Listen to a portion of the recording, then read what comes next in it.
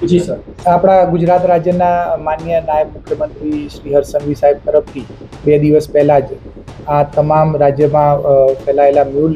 એકાઉન્ટને શોધી કાઢવા માટે ઓપરેશન મ્યુલ હન્ટનું લોન્ચ કરવામાં આવ્યું હતું, જે અંતર્ગત દરેક જિલ્લાઓની અંદર આવા જેટલા એકાઉન્ટ છે એ એકાઉન્ટની માહિતી એકઠી કરી અને એના ઉપર કાર્યવાહી કરવા બાબતની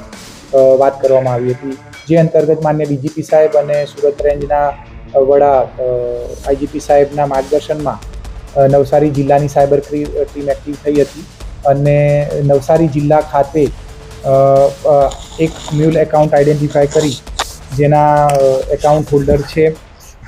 રાહુલ કુમાવત નામના એક એકાઉન્ટ હોલ્ડરને આઈડેન્ટિફાય કર્યો હતો, જેમને પોતાના બિઝનેસ કરવાના ભાગરૂપે ઇન્ડસ બેંકની અંદર કરંટ એકાઉન્ટ ખોલાવ્યું હતું અને આ એકાઉન્ટનો એમને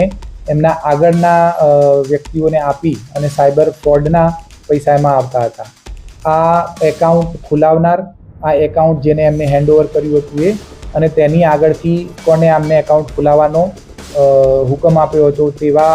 આરોપીઓની શોધખોળ કરતા આમાં અત્યારે હાલ કુલ 5 આરોપીઓની આઈડેન્ટિફાય કરી અને ધરપકડ કરવામાં આવેલી છે, જેમાં નવસારી ખાતેના 3 આરોપી રાહુલ કુમાવત,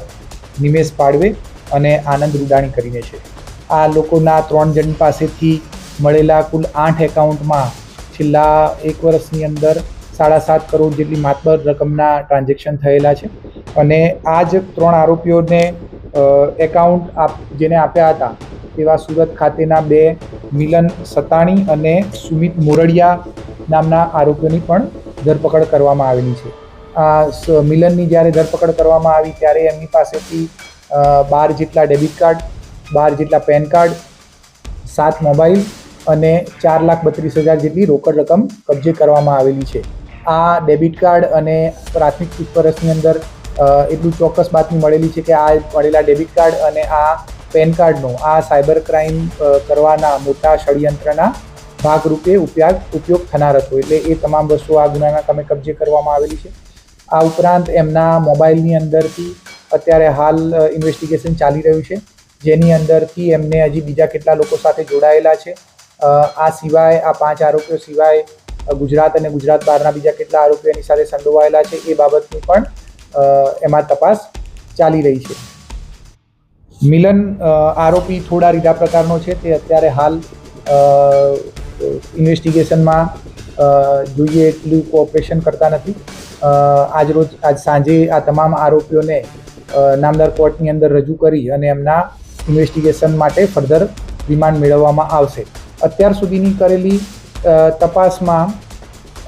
ભારત સિવાય વિદેશની અંદર પણ ખાસ કરીને દુબઈમાં આ લોકોના કનેક્શન હોય અને સાયબર ક્રાઇમના આખા મોટા ષડયંત્રનો કોઈક હિસ્સો ત્યાં પણ હોય એવું પ્રાથમિક દ્રષ્ટિએ જણાઈ રહ્યું છે અને આવનારા દિવસોની અંદર આ તમામ બાબતોમાં ઊંડાણપૂર્વક ઇન્વેસ્ટિગેશન કરી અને ખરેખર આની સાથે કોણ જોડાયેલા છે, કયા લોકો છે અને ખરેખર આ પૈસાનું ટ્રાન્ઝેક્શન કેવી રીતે થતું હોય છે અને છેલ્લે જે મૂળ આરોપી છે એની સુધી પહોંચવા માટેની ઊંડાણપૂર્વક કાર્યવાહી કરવામાં આવશે. આ સ્તરે હું